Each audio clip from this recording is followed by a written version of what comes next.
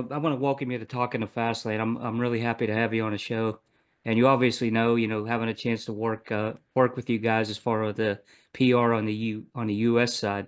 Yeah, Um, exactly. Yeah. Huge fan of the band, man. That's all I got to say. Thank you. Yeah. Thank you.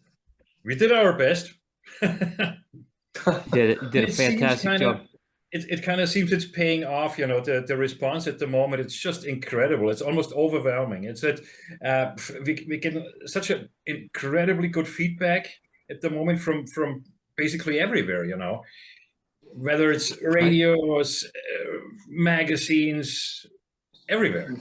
I just got the news that this is for Greg. We got the Amazon thing in the UK sorted out, and Cool. it's on Hard Rock. The Hard Rock releases, they have the different sections, obviously. And Good deal. on Hard Rock, it's on number 12. We're like between AC/DC Highway to Hell and the Van Halen live album and Appetite for Destruction of Guns N' Roses. We're in pretty good company, and that's what I'm Sounds saying. like it. And let me see here. And Amazon UK best-selling albums at the moment, of all albums, we're on 57. Imagine that's awesome. 57 in the UK. Amazon. That's great. Yeah. This is really, really great. Yeah. Yeah. That's great to hear, man. Well deserved. I'll tell you what. I will tell you what. I hope so, yeah. So here it is, guys. I mean, it's obviously February 14th, the album came out, so we, it got the hit for a few days now and absorb a little bit. But I wanted to talk about Salute, obviously, and I have my questions fully filled out here, like I always do. But I wanted to talk to you about the feedback that you've been getting. Obviously, I mean, we look obviously at the three singles, Fallen to Pieces, and City of Angels, the new single, and I wanted to get into some of the album too with you guys. Some of the deeper tracks, and obviously, I mean, my favorites, and other people's favorites. My favorite is Alive, obviously. And Stephan, I know I told you that. I think it's a great song. Tell us about this album and how this came together. I can agree with you. It's talking about Alive. I just did an interview for a German radio station, actually a very long one. And they were also asking me, they picked four of their favorite tracks, and one of them was Alive. And Alive is a very special track, actually, because it was, Greg, correct me if I'm wrong, but that was the first song you ever did, actually. I sent you the music, right? Yeah, you sent me like a rough demo, and then we kind of, I think about 2 days later, I fired it back with you with a new version of it all. Yeah. Vocally, anyway. I think you gave me a guide track for that one, actually. That was the one song there was a guide vocal on. Yes, that was from it actually, we did that song with Paul Sabu in the very first place. He came up with that Arms of a Stranger version. The song actually was called Arms of a Stranger in the first place when we used to work with Paul. Paul was helping us with the vocals, lyrics, and just to explain John real quick what happened with the song. And then we had the demo version. And when I discovered Greg, then it went pretty quick, actually. I sent you stuff, and it was the very first track I sent you was Arms of a Stranger. And then you redid that song, and I was completely just fucking blown away by the version you did. I mean, it was all there, the emotions, everything. And then, but later on, I mean, you got to tell the story about the song. Then you came up with the idea to change it, and we changed the whole song around, and then you came up with the Alive idea, and then we had like we were stuck between, I don't know, we had to make a choice between Arms of a Stranger and Alive, and we decided to take Alive because it was the better version. It's catchier. The hook line is just fucking mind-blowing, I think. And it's one of my favorite tracks. You correct, you're going to tell the story. Yeah. I think what we did is we recorded the version, and then I said to you, just send me the drum track over. I've got some, I want to change the whole thing. And we ended up keeping the riff at the beginning. And then the verses we changed, and we changed a few of the bits in it, and it just turned out a completely different song. unrecognizable really, but also still that sort of chunky guitar at the beginning, yeah, which we kept in because we kind of like that. But yeah, it's a great song. Yeah, it was yeah. Yeah, it's sort of we have a couple of those kind of songs on the album. It's not too obvious, you know, where you it's like an undercover weapon, so to speak. You know, it's a perfect album track, and we were really having a hard time, I think, to decide which track we're gonna pick for the videos. And right. Actually, it was you, Greg, who came up with the idea. Let's take Stand Up, City of Angels, and Falling to Pieces. I mean, Falling to Pieces was an obvious choice, so to speak. Yeah. Because of the lyrics, because of, you know, all the stuff, the story behind it, Robbie, you know, and all that. And but we never picked a live. We didn't take it under consideration, I think, but it's a perfect album track, and it's the more you listen to the song, the better it gets. You know, this is from my point of view. For sure. And with all these all these tracks too, guys, I mean, it had to be difficult to pick three. I mean, you know, you look at that list, and I could probably name 5 or 6 that I would take right out of the gate, or all of them. I mean, it's just you know, it's that good, and in a melodic hard rock genre. And I'm not, I listen to a lot of this music, guys, and this is one of the best albums I've heard in a long time. I mean, it's the truth from start to finish. I think, yeah, well, it's from our perspective, it's hard to say that it's very good, you know, and it's one of the best albums. But I mean, I personally, I do this for a long time in that business as a musician. I did you know, I was in the business. I used to run a record label, etc.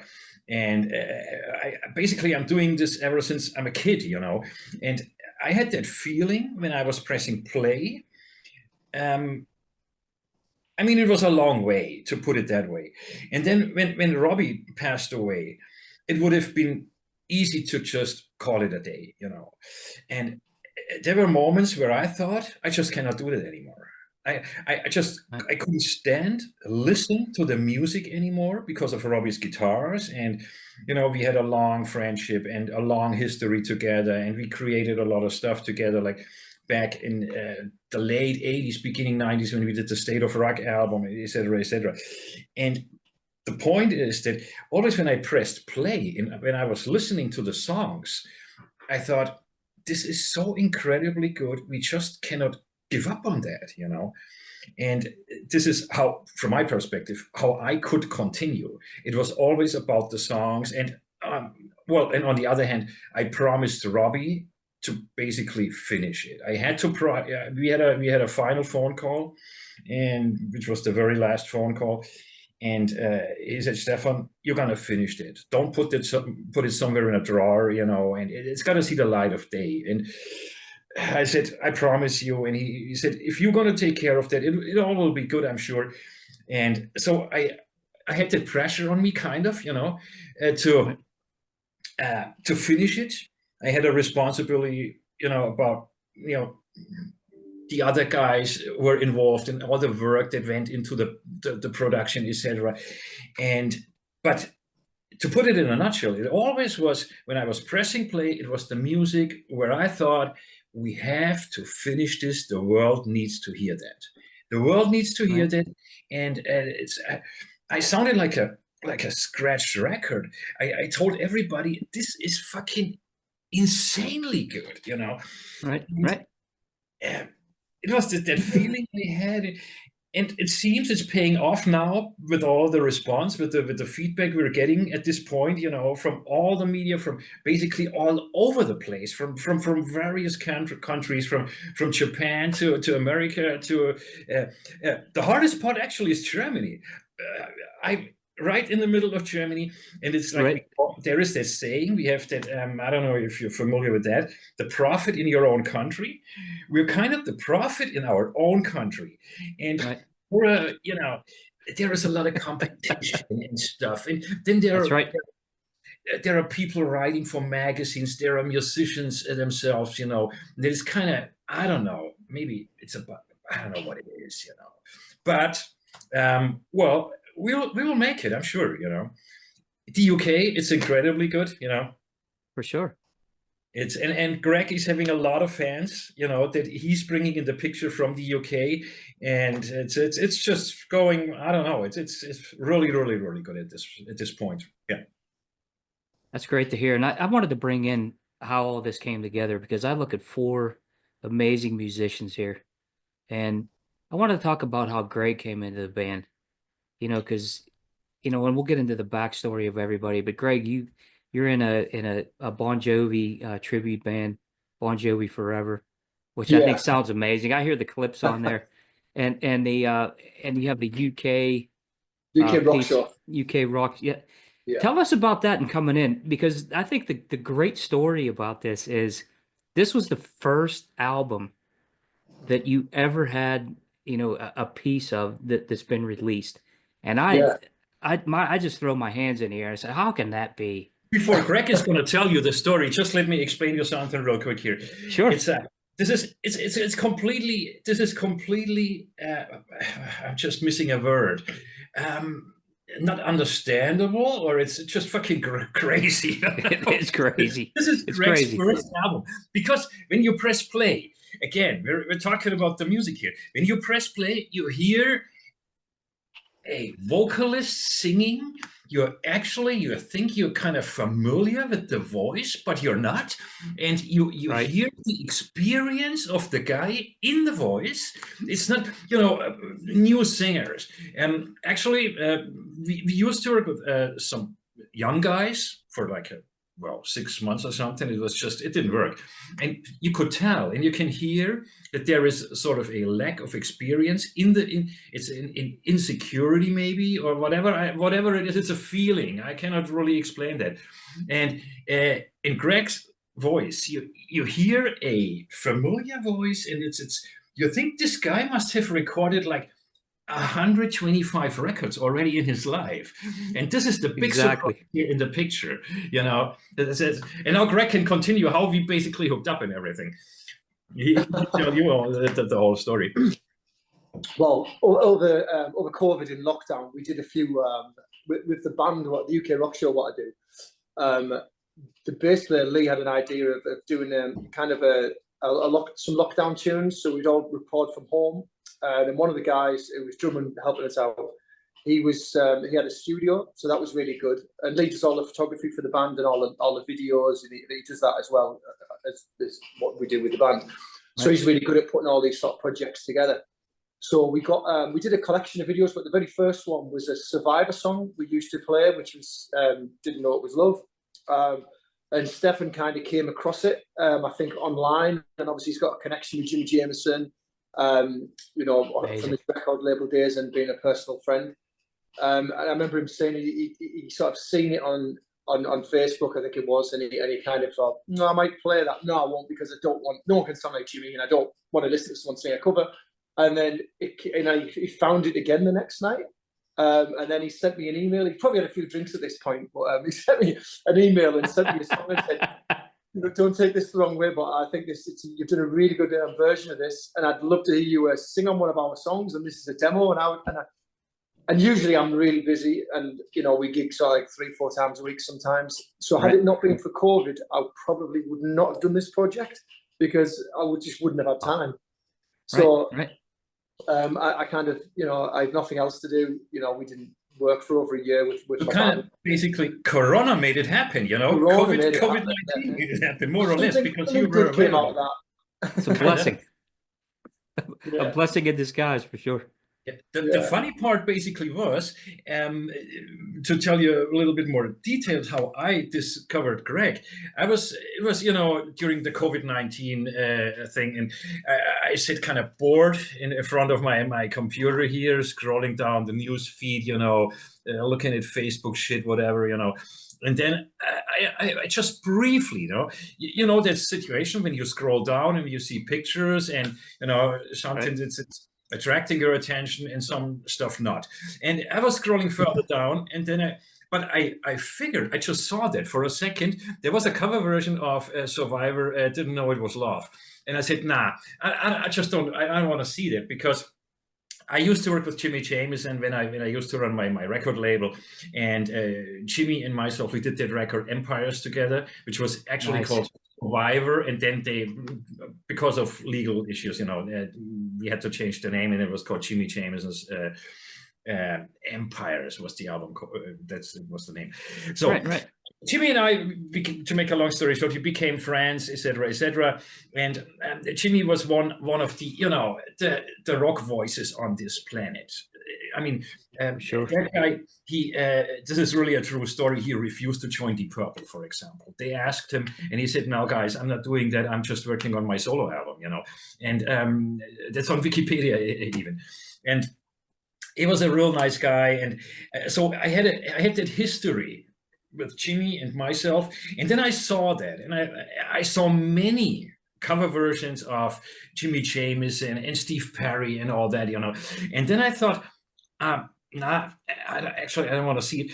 I was scrolling further down, and then for some reason I thought, and this was basically the reason as far as I remember, I thought the guy I just saw in the picture, who was Gregg, obviously, I thought, the guy, he was kind of cool looking guy, that kind of guy who knows what he's doing. I cannot explain that. I have a sense for maybe, I don't know, music, for pictures, for things, and for scenarios. And it was just like that scenario where I thought, nah, I'm gonna scroll up again, and I gotta find that video, hoping that my browser of the my Firefox or whatever it is, that it doesn't refresh. It would have been lost. I would have never. That's right. And then I clicked on play, and then there was the version coming up. And the other funny part was, I used to play in a cover band myself in the late 80s. And we played that song. Gregg, did I actually tell you that? Yeah, I told you, I think. Yeah. I played Didn't Know It Was Love in my cover band. It was one of my favorite tracks because it's an easy track to play, Didn't Know It Was Love. And then I was listening to the track Gregg was singing on it. I thought, fucking hell, what the hell is going on here? And I was just totally blown away. And it took me basically 5 minutes to drop Gregg a line asking him. I had to figure out who the guy is because it didn't say Gregg Cromack or something. And then I found that out, and I dropped him a line on Facebook, and basically, Gregg, you responded within a few minutes, and then everything went like boom, boom, boom, boom, boom. Okay, send me a track, and then we were sending tracks back and forth, and this is how the whole story basically happened. Yeah, that's it. That's a great story. Yeah, it's a great story. It is. It's funny. You brought up the Survivor and the Journey, and we just watched a little thing on YouTube about how Journey came up and when Steve Perry hit the band. And I think that this ties into that so much because, a lot of the stuff that we hear now is cookie cutter. Not everything. Okay. There's a ton of good music out there. But to hear a band do, something different here, and it's not just melodic rock. I mean, it hits so many different pieces of that genre from the 80s all the way up until now. It's like, hey, there's a band that's doing something here that's highlighting this. And I think that's what you guys have done on this. I mean, it's a debut album. So, I mean, if you think of that as a debut album, it was just what's next? Thank you for that compliment. And it developed that way. I mean, we have our DNA, we have our roots, and coming from Frontline and all that, Right. But we are not kind of blind. And I mean, we cannot deny where we are coming from. I mean, songwriting-wise, playing-wise, even my drumming, I'm a kind of an old school guy. My big heroes or influences, this is like Cozy Powell from Rainbow or Tommy Aldridge, those kind of guys, and great players. Yeah. And, but the point really is we developed it. How can I explain that? We didn't sit there having the intention, I tell you a brief story when we very first met with the original lineup with the actual singer. And I don't want to talk any, bullshit behind this guy's back, but the point basically was the story for me was over to reunite with Frontline before it actually begun, because he said, and that was the biggest mistake he could have ever said or made. In the very first meeting, he said, Stephan, we're gonna do like a hit record, like Def Leppard kind of thing, and blah, blah, blah. And you know, all those people, you know, the booking agent of Def Leppard, that guy Rock McSweeney, blah, blah, and all that shit. And I said, dude, let us do, please, at first, we gotta do our homework first. We cannot, we're not machines or something, and we cannot do whatever Love Bites or Photograph or doing a, you know, Def Leppard kind of thing or reproducing that kind of stuff. Just let's develop, let's see what we have, you know, and let's come to the table with, you know, scratch tracks. And Robbie, I mean, of course, he had many tracks laying around, but he also wrote a lot of stuff, and then we changed the stuff, and we developed into that direction, and it happened naturally. This is what I'm saying, you know. Right. And you cannot force anything. You cannot say we want to do this or that.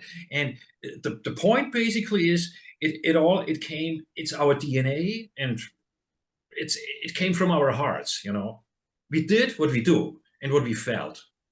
That's basically the point. Yeah. And that's what you have to do. I mean, you have to write what you think, you know, that makes you happy first, and then if the audience accepts that they do, and if they don't, you know, at least you had something that was close to you. Just recently, Gregg and myself, we were having a conversation, and we said, or we wrote, that even if no one would buy the record, if no one would give a shit, if the media wouldn't like it, we did it for us. Yeah. It's really true. I mean, this is, you got to do what you feel. You got to bring to the table what you can according to your skills and all that, you know, and the rest is up to the people out there. Yeah. But when you start kind of pretending or faking stuff or pretending to be someone else or something, then it just, I mean, of course, we all have our influences, you know, we're not coming from a fucking musical vacuum or something from a different planet. We were listening to, exactly. You know, to Whitesnake, Def Leppard, Guns N' Roses, whatever, you know, and this is all part of your DNA, the stuff you're listening to over decades. But at the end of the day, it's you got to do your thing, and regardless what people say, and then either they like it or they dislike it. That's the point. This is what I think, and obviously we did something right here. There's no doubt. You know, I wanted to bring up the other two guys in a lineup. Obviously, I think if I pronounce it right, Joerg on guitar. Yep. And obviously Hutch on bass. You know, the Evidence one was one of my favorite projects, and he did that, and you know, Mad Max, and I follow, you know, the German hard rock scene because I really love what comes together here, and you know, I thought that this lineup together, and when people listen to Salute, they're gonna hear a band that seems like all four of you guys have played together for 20 years. That's how clean and seamless these songs come off, and the hooks, the melodies. Tell us about working with those guys, and give us a little bit of background on how the writing of these songs came together. Well, basically the whole story, it wasn't really planned in the first place to have that lineup that we have now with Warty. And Warty is his nickname, basically. His nickname, Warty. And in the first place, we, as you know, we started working with Robbie.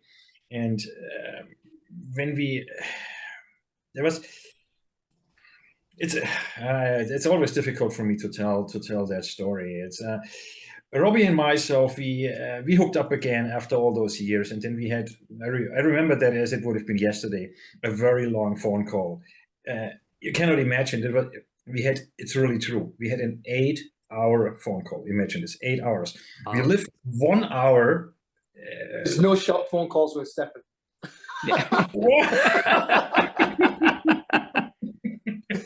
Hey, he wants to make sure he gets his point across. Yeah. We did a test once. I actually grew a beard while he was on the phone.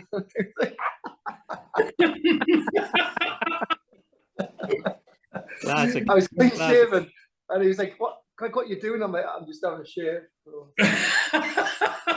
Yeah, from yesterday. Yeah, just. Yeah, obviously I have a lot to tell sometimes, and yeah, and then Robbie and myself, we were having that very long conversation about, you know, the past and the history and the mistakes we made and all that crap, you know. I mean, I cannot say because Robbie has passed away that we were not having arguments or something. We had our arguments. We were having a hard time. I mean, I left the band in 94 or something.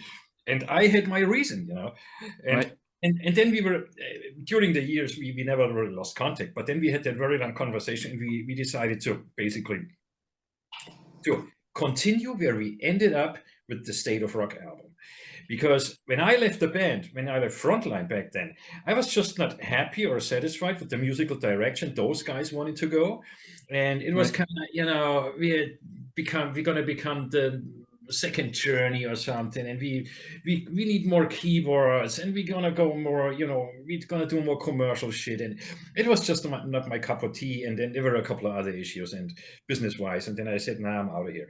And then basically, so Robbie and myself, we said, we're gonna do this again, but this time we're gonna do it right. We're gonna start right there where we ended up at after, like, the State of Rock album. And this was basically the plan. And then Robbie said, yeah, I have songs, you know, and this and that. And we were just totally hyped, and we were excited about doing this together again. And even Robbie said he felt like after I left the band, he felt lost. And it was just, he was never really satisfied. And so the same thing with me, you know. And so we had to do something together again. That was the point. Then we started, you know, working on the songs. Robbie sent me scratch tracks and etc., etc. And we worked up until 22. Was that 22? Yeah. Yeah. And then at the beginning of 22, I mean, we were right basically in the middle of the production, right? It was, we had like 7 or 8 songs finished, I think. Yeah, maybe. I think probably about 6, 7 then. Yeah. And then we got the news. Robbie is seriously ill, you know, and that was in February. It was in February 22, and then 4.5 months later, he passed away, and then of course I personally, emotionally, I fell into kind of a black hole, you know, and we didn't really know how to continue. And then I came to your place, right? Afterwards, when was that? Yeah. Then we were talking back and forth, and it was kind of, you know, all kind of frustrating, the whole situation, because we didn't know where to go. We haven't had a guitar player anymore and all that. And then I spoke with Hutch. And I mean, Hutch, he used to be in Frontline after I left. We never played together in a band. He replaced the bass player who left Frontline with me. And then, but I spoke with Hutch back and forth, and I said, do you know a guitar player? I mean, not just a guitar player, a nice guy, a guy who's got the skills, a guy who's got the tone, and someone who has, in the best case, his own recording stuff, you know, who can record or maybe produce stuff. And then he said, Warty, and Warty replaced Robbie in Evidence 1. And I thought, Warty is maybe too busy because he's running his studio, and he's a studio musician and doing a lot of things, you know, being totally busy. And I thought, nah, maybe he doesn't want to do that.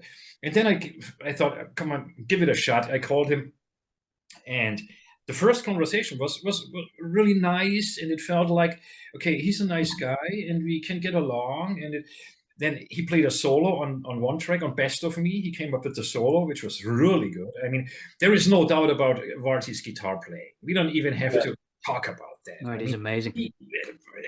He's an amazing guitar player, you know. And not only that, he's also an engineer and a producer, and he's having that sense, you know, for music, that sensibility, you know. And then Wart, he played another solo for Falling from Grace, I think it was. And then we decided that we're gonna do this album. We're gonna finish the album together.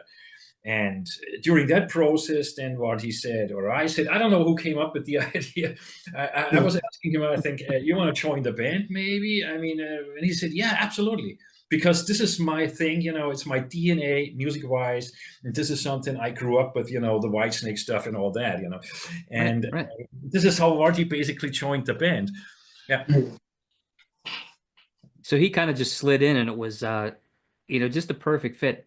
And that's Absolutely. What happens with a lot of these. I mean, the greatest bands. I mean, there's it's just like the great television shows. It's just something that comes together and it's magical. And that's what you know, what the fans, and, you know, we can honestly say that's what we hear here with this album. Yeah, it's sometimes it's magic, sometimes it's I don't know, how can I put that? What I just said, you cannot force things, you know.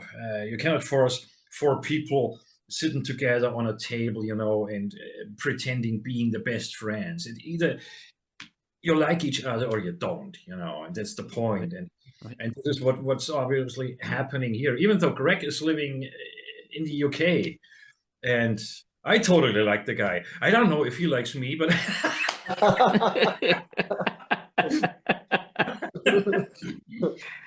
That's it.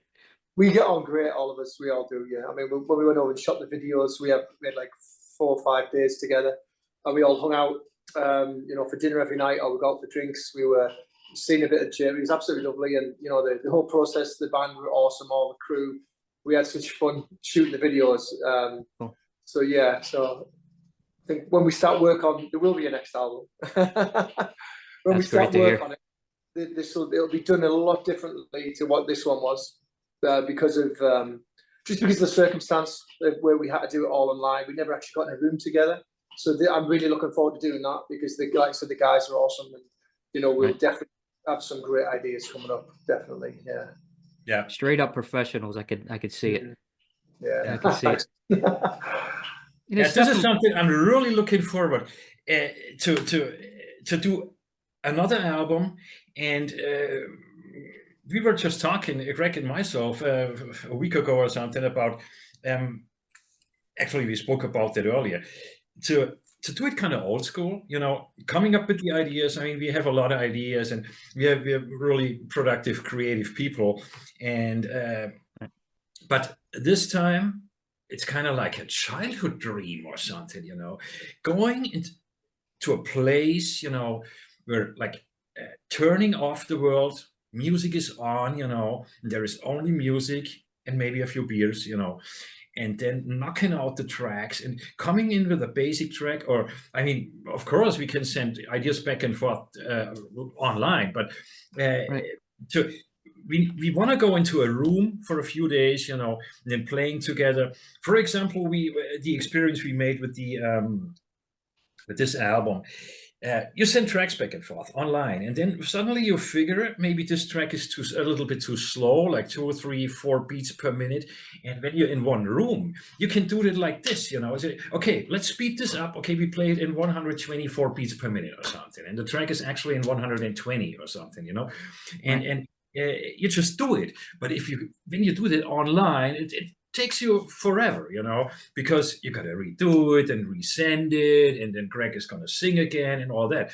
And sometimes I'm pretty sure if you're going to do it the old school way, like going into a room and working together on the tracks, it's even more emotional, and it's got more feel to it and all that, you know, and it's more spontaneous maybe. And even though the Salute album, it doesn't sound, from my perspective, it doesn't really sound it sounds spontaneous, it sounds real, even though we sent online back and forth. I mean, this is basically a big surprise about that album. But if we do it in one room, it's going to be a whole different issue. This is what I think.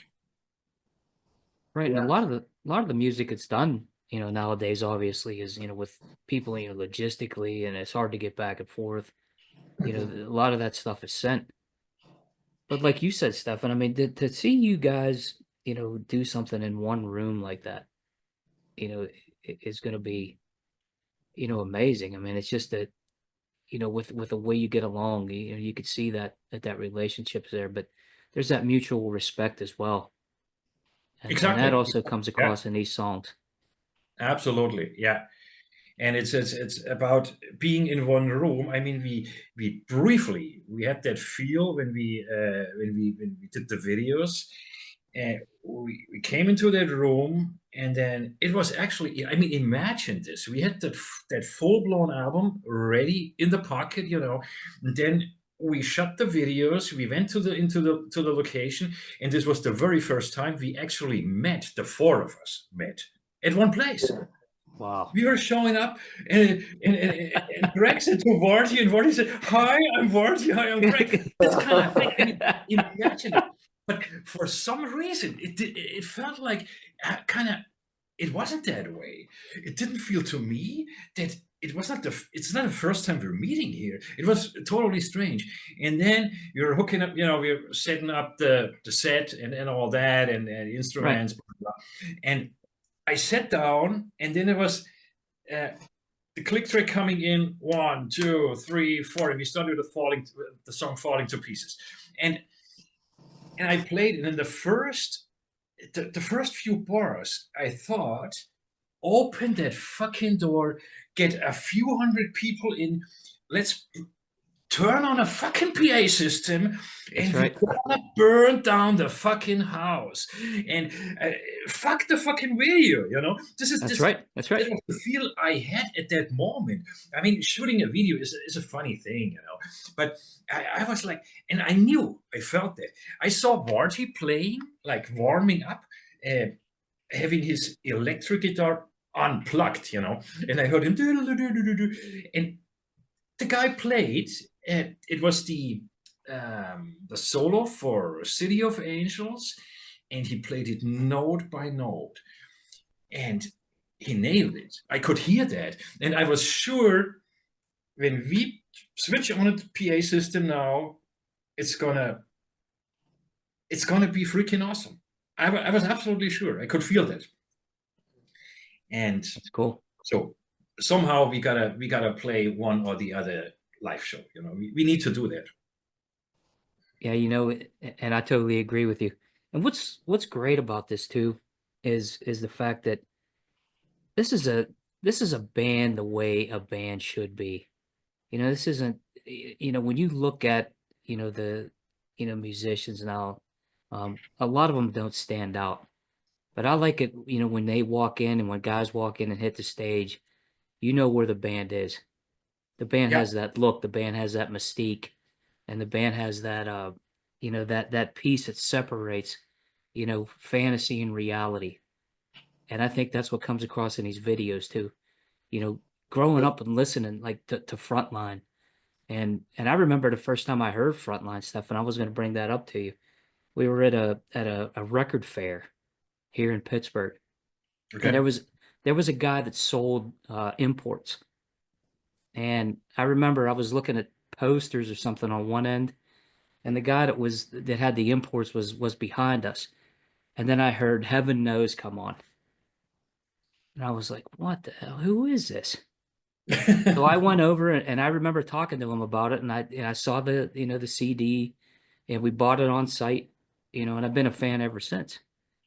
But I think that's what ties, you know, this in. You know, I think about those times and say, man, this band is really bringing it back, and they're doing it right. That was the intention. Thank you for that story. It was basically the intention. And just a couple of days ago, I did an interview for German radio, and actually, while I was talking, I figured out that the beauty of this album now is it feels to me like I'm doing a second time my very first album. That's great. You know, my very first album was The Frontline State of Rock. And we had all the time, you know, we had years of our lives that we put into this album.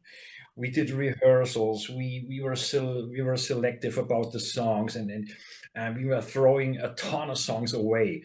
Actually, I still found a lot of those songs. About some of the songs I had to laugh, but some of them, they were really good, even though we threw it in the trash. And we had a selection of like 30, 35 songs for the State of Rock album. And we ended up putting like 10, and the Japanese version was 12 on the album.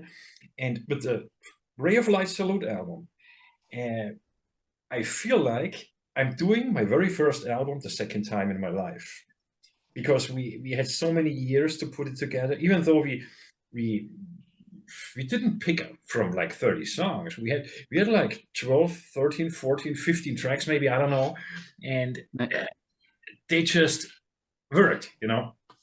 But I feel like it's a first album one more time in my life. This is what it feels to me. And not only the music, but also the response we're getting. I'm having like a deja vu, you know. Pretty much the same happened with the State of Rock album. We were putting it out, being really, you know, kind of, I don't know, almost afraid about the world, you know, because there was grunge was happening. And then we thought, oh, we're with that melodic rock stuff, you know. They probably, I mean, I don't know, we didn't know what the media reaction is going to be. And then it was just great, you know. And the same thing is just happening right now with the Salute album. And this is what it feels to me. That's great to hear. That makes you want to, it makes you proud, but obviously you want to work that much harder. Yeah. You know, to get it back out there again. Absolutely. And Gregg, I wanted to ask you, you know, with obviously this being your first album, and you know, like I said, I listened to a lot of the vocalists and everything, and there's a lot of, you know, not all cookie cutter, but there's guys that really stand out. How does it feel like when you hear some of the fan reaction? Like when I say, man, this guy it's his first album, but I already put you like up in the upper echelon of this genre. I mean, to go from that to getting here, what is that like for you as a singer? Because I think the accolades here, you know, for all of you guys are so well deserved. Yeah. They really are. It's lovely to hear. You know, people are digging what we're doing. I don't know. I mean, I've always kind of done recordings over the years. You know, in the sort of like mid-90s, early 2000s, but never got it off the ground. Never finished an album. Just kind of, you know, it was like revolving doors with musicians. Right. And then I probably got a break for about 5-6 years where I didn't gig, didn't do anything, and I was on holiday in Las Vegas, and we seen there was like I think it was like in House of Blues. There was kind of like a cover band playing, a bit like Steel Panther type band. There was something like that doing covers. And I remember being at the front of the thing, and this is like really cool, you know, just like, because I'd kind of lost, because grunge had came in, everything had changed, everything what I loved at that time. And I wasn't a big grunge fan at the time, although I am now. I wasn't back then. Right. I'm the same. I feel the same way. Yeah. So when this band were playing, you know, Rat and Motley Crue and all of Poison, and I was like, this just doesn't happen in the UK at all. And that's one of the reasons I just stopped completely. And the singer gave me the mic because I was near the front, and I like sang a note, and he went, whoa, and he like got me up on stage and did a song with him. Yeah. And then we got talking, and he told me that he says, oh, we do quite well here. I basically do flying shows. He said, I do like 4 nights a week here. Then I go back home. I don't live here. And I was like, that's interesting. So when I got back home, I kind of like tried to get a cover band together with an idea of putting my own stuff out again. So that kind of where my background came from. But then I never really got the original stuff off the ground. I ended up, you know, getting made redundant from my job about 12, 13 years ago and started my own band. So I now like tour theatres in the UK with our own production. So we do like the UK Rock Show. It's like the main thing we do. So obviously, because I've been doing covers for a long time, I've kind of tried to master other people's voices. So I never knew what mine was because I was always trying to sound like somebody else, you know? Right. So this is where it gets interesting. So when Stephan sent me some demos, it was a kind of it was strange at first because I kind of went off how the song sounded to what I think it should sound like. And there was no direction on anything. And that's another good thing about this album. We never sat down ever and said it's going to be exactly this type genre of music and this sort of voice. Like as Stephan said earlier, there was no plan to sound like the next Def Leppard. It just came together, you know, with us sending demos backwards and forwards. And then I think it taught me a lot because I was really listening back to my voice and, you know, the way you pronounce words and what sounds more powerful and how to kind of, you know, sing in a studio again almost because I'd never done it for years. I'd sang live for 15 years, 3 nights a week, but I'd never heard my voice recorded. So I wasn't a particular fan of hearing my own voice recorded. But if people are loving it, then that's great. yeah. You know, That's cool to hear. And I like the part that it, you know, how you say both of you guys say it came together organically. Yeah, you know, definitely. with this. And you have that freedom to, you know, do what you do, and you know that's where the professionalism comes in. And I think one thing that I love about this is because I never thought that Frontline got the accolades that it deserved. I thought that, man, this is a great band, but there were so many bands that just never got that break. You know, whether it be promoted properly or pushed properly or, you know, the right, you know, break. But I see 2 breaks right here. I see a great vocalist come in, and I see a great band of musicians put something together that's, I mean, extremely special. That says so much about you guys. Yeah, what I always say is that good music or quality music, it's like water. It always will find its way. And this is exactly what's happening right now. There are people coming from every corners from the world, basically. You know, we're getting all that positive feedback, and it was, as I said earlier, it was not our intention, you know, to put something, I don't know, the next Def Leppard together or something. It was just, it came organically, and this is what the people hear, what they feel, what they see. And I mean, I'm pretty much aware of that. If we would have done that in the late 80s, we would have just went over the roof, you know, and with that album. And nowadays, I mean, we have all that different genres, you know, different categories of music, and but I think that people, they will discover us, and they hear and see the quality of what we were doing. And it's just, with Gregg's voice, you know, it was just the perfect match. It was the perfect match. And to be honest, it was kind of always that what I was personally looking for, you know, it was Gregg's voice. Really, it's true. I mean, when I heard him, you know what the best thing is in the world, what can happen to you as a musician, when you're kind of a fan of your own people in the band. There is nothing better than that. That's right. Yeah. And this is what kind of happened to me.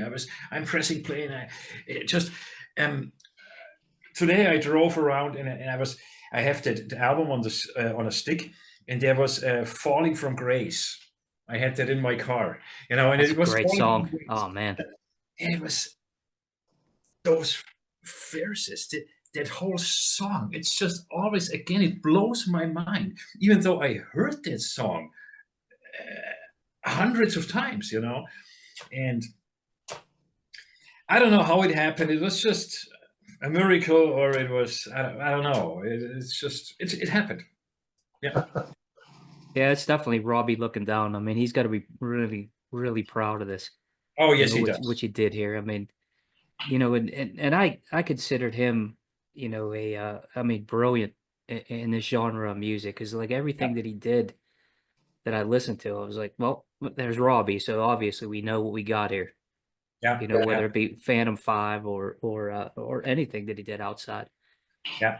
And guys, what about some of your, you know, we talk about influences all the time, but I like to take it in a different direction and say, what are some of the influences that you have that are not in this genre? Like something that we wouldn't even expect that you listen to? Because I know all different musics tie in and they make everything, you know, the component that it is, the artwork that it is. Yeah, you're probably going to start laughing now when I'm going to tell you my perspective. I basically I'm a 70s child, you know, and I grew up. My mother, she was listening. She was a huge Elvis Presley fan, you know, and there is a reason why this guy was big, you know. There is a I mean, he was probably, and he still is, I don't know, the biggest rock star. And I was just recently watching a documentary on Amazon or I don't know what Netflix, and he never wrote the songs, but the way he performed the stuff and the way he looked and the way the expression and the emotion he put into the songs, and it's yeah, I like Elvis, and I also from different genres of music. I like Sting. I'm a huge Sting fan. Sting's great. Sting is just great. I mean, the way he writes songs, and when you listen to the details. I had the pleasure to, when I used to run my label, I was releasing a solo record of his guitar player, Dominic Miller. Right. And so I was basically listening even more to the records, and there are so many great details in Sting songs. I totally love Sting, and it's and recently I went into my I have my rehearsal, my practice room right over there, and I like playing along to Sting records, and just recently it totally blew my mind. I thought I was listening, and I thought it's kind of, you know, it's got a cool groove, and I started playing along, and then I suddenly lost it. I thought, what the fuck is this guy doing here?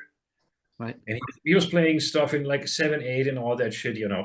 And it's just the way they compose stuff, and Sting's voice is great. It's really great. I like the tone of his voice and all that stuff. So this is, other than that, I gotta think. Yeah. Yeah, he's amazing. How about you, Greg? I mean, I definitely agree with Sting. I mean, I'm a Police fan. I like that. When Synchronicity came out, I was like, man, this is pretty cool. I went to see him last year, I think it was, and he was amazing. Yeah, we were blown away how good he was for his age as well. His voice was just on. You could hear a pin drop when he was singing. Everyone was just stood watching him. It was amazing. Yeah. I wasn't too. I mean, I know quite a lot of the songs, but I was really, really impressed with how good he was. Yeah, he is. For myself, I mean, I'm kind of I do listen to slight bits of other genres of music, but I am a rocker through and through. You know, I was listening to Kiss when I was 4. You know, they were my Paul Stanley was my hero completely. You know, I absolutely loved Kiss. I was a big Maiden fan back in the day, and then obviously in the sort of like, you know, early 80s, mid 80s, when I was a huge Crew fan, and so I've always been into the 80s rock thing massively. Great. Yeah. But I love music. It's good music. I listen to it. You know, I wouldn't turn anything off. But you know, there's lots of great stuff out there. Right. Yeah. Right. There definitely is. That's great to hear. Here's something else. It just came to my mind. I was just listening to it in the car on like YouTube. You know, Lady Gaga. I totally love Lady Gaga. She does some good stuff. She's got a great voice, and I'm not sure if she's writing all those, you know, those songs like "Shallow." I don't know if she wrote it, but if she did, she's even greater. not sure, but she's got some real great songs from that movie. What's that movie called? With that famous actor. Yeah. Star is Born. Star is Born. That's it. Star is Born, yeah, they remade that. Yeah, that's right. Yeah. And there are a couple of songs in that movie that are just fucking mind-blowing. I mean, songwriting-wise. It's just, yeah, she's really talented. She's one of those, I think she can just sit down, you know, playing on a piano, improvising, and it's just great, you know. A real musician. That's right. That's right. That's right. I'm a huge Milli Vanilli fan. Yeah. You what? Hey, that made him stand up real quick. Look at that. Those guys wrote everything. They sang all their tracks. I mean, there was no. Yeah, that's it. Guys, how about the in closing here? What do people have to look forward to? From Ray of Light. I know you said you maybe some live shows and everything. Tell us about some of the things you guys are working on now. Now that the album's out and it's starting to really gain some traction, and I'm really happy to see that. Yeah, I'll let Stephan answer that one. What do you mean? What we are currently working on, or what? I mean, what's next as far as live shows? Yeah, live shows. I mean, this is a thing. We need to do something, but we're gonna put it in the right frame, so to speak. We're not 20 years old anymore. We cannot go into a club, sit in the drum kit and playing for like whatever 90 minutes, and then Right. It just doesn't work. It's got to work economically, Right. And if we put it up, what I have in mind is doing some support shows for bigger bands, on a decent stage and all that, having the right crew, etc., or doing a couple of festivals, Right. or a few festivals, and that would be basically the plan, to present it the right way. We are not one of those club bands where we play in front of like 125 people or something. It just doesn't work, It's got to be the right setup, we got to have decent lights, and otherwise it doesn't come across the way we would like to have it, or how I would picture it, Right. So I'm talking to a couple of people here and there, and we got to make it work schedule wise also. I mean, Gregg is pretty busy, he's doing that as a pro, with the UK rock show, and Sure. I mean, it's not going to happening tomorrow, but obviously I hope it's gonna happen, but it needs to be well planned, We'll look at some options, and we'll figure something out. I'm sure there will be a live show at some point. It's just when. Yeah. Well, you have an open invitation in the U.S. here, believe me. There's no doubt about that. Yeah, Yeah. and like you said, Stephan, you don't want to devalue what you have here by going into a club and just doing something. You want to make it right, because you have something special here. I mean, totally if you understand do that. clubs, I mean, we can do clubs, but it's like on the other hand, we cannot.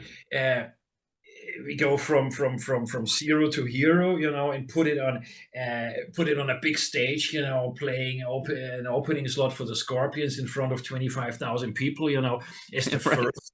I mean, we somehow we gotta warm up. I mean, there are possibilities, going into a club like 150 people, just like a big rehearsal, so to speak, just to Right. Get into the groove, get a feel for each other, for all that stuff, and there are within the band there are a couple of details we have to discuss how we gonna do that, because it's we have 4 people, but what you hear on the record, sometimes you hear like whatever 70, 80 tracks, and we don't want to disappoint people by having like it's how can I explain that?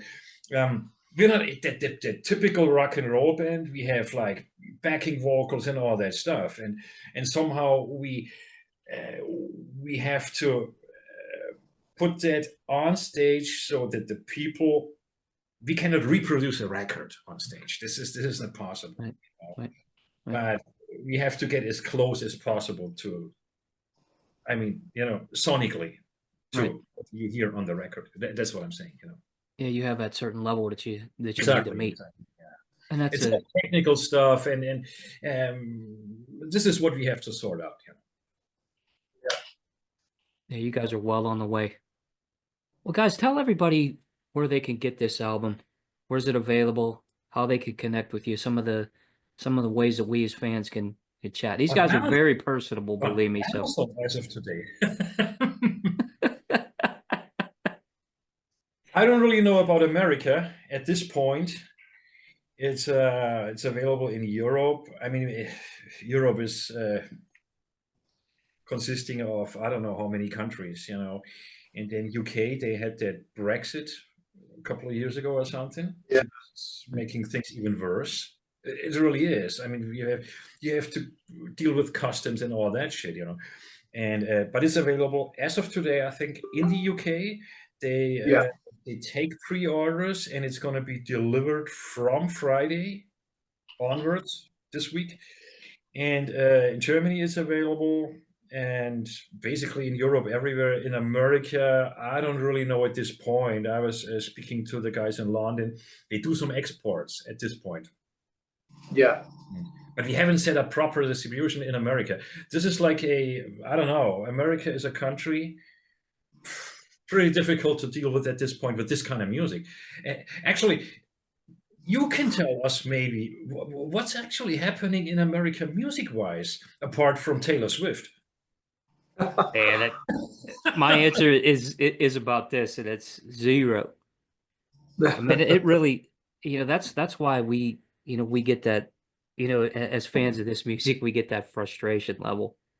Really, we want to see. I mean, we have a couple clubs here, that bring in, like, obviously LA Guns is coming, and Adrian Vandenberg, Striper, it's called Jurgles here in Pittsburgh, and they have they have a good solid core fan base.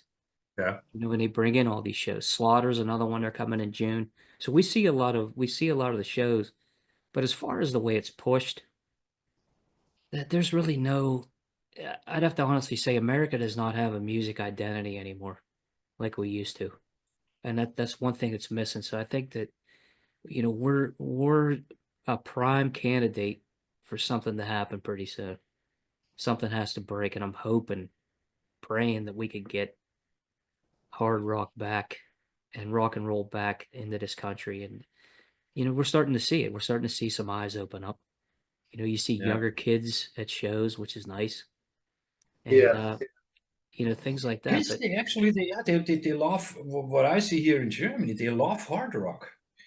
It's it's not, but the difference between back in the day, like in the late 80s or mid-late 80s, in comparison to nowadays, is back then you had a certain audience, they were totally into hard rock and into metal music, or that kind of thing, and this is not happening nowadays anymore. This is my feeling. Right. They listen to dance music as well as to metal. They like Metallica, and they like Taylor Swift, and they cannot even tell you anymore what their favorite artist is.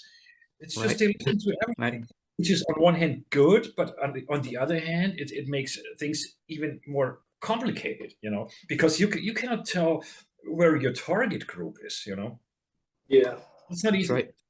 That's right. It's like that in the UK too, huh, Greg? Yeah, very much so. Very much so. I mean, there's a few rock stations playing over here. The original scene is really quite tough over here for new bands. That is. I mean, there's lots of venues, but they're either really small or there's no middle ground. There's not a lot of sort of like your 400-500 caps. It's either like 150 or 1,000. There's a lot of where people actually go for these bands. So a lot of younger bands, a lot of original bands seem to struggle, I think, and get quite frustrated. For sure. Because, however, on the other, luckily for me, there's a huge kind of tribute and kind of cover band scene in sort of like theatres and quite big venues, which is not too great for the original guys, because they're kind of like saying, well, you need us to be able to do this in the first place. So it's a bit of a double-edged sword in the UK, I feel. But in terms of kids, I mean, we see so many families and young kids come to our shows, and I'm talking 4, 5, 6-year-olds will come to shows, and we'll meet them afterwards, and they're all into rock, and they've got the t-shirts on, and so there's definitely a generation coming through. I think maybe for the last 5 or 10 years, there has been, it kind of stopped 10 years ago to 15 years ago, but I think it's definitely coming back. It's just like you say, we're waiting for something to happen, something different. That's right. You know, to really give these new bands a big push again, you know, because like I say, you know, most of the rock stars, the real rock stars are nearly all gone now, and there's nobody else to really take it over, you know. That's right. Yeah. So we definitely need these guys, and you know, that's why we encourage any of the kids who come and see us, you know, giving them picks, t-shirts, anything to kind of drumsticks, the lot. We're kind of really full on with them, but they're like, you know, thanks for coming, and also like keep it alive. And the amount of kids that we've inspired to start playing drums and guitars, and you know, I'll see them 2-3 years later, and they're like, I'm in a band now, and I'm like, dude, you've started playing, and that's job done. You know, it's great that we have this new generation through. It's great to hear. Yeah, so that's it. So there's hope. That's great to hear, and that's like you said, job done. Yeah. And guys, in closing, I want to obviously wish you the best with this album. Salute everybody that's listening. Ray of Light, salute. I mean, the best way to put it is melodic hard rock perfection. That's the way I see it. I mean, I think it's a great album, guys. I mean, you absolutely delivered in so many different ways. And I wanted to also tell you, you know, from my heart, thank you for doing what you do. Thank you for making the commitment to share this. You know, I always tell everybody, this is the perfect art.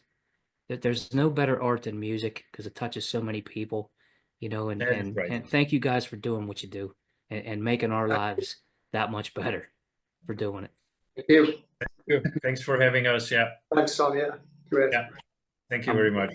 Yeah. I'm happy to have you. Talking to Fastlane, Ray of Light.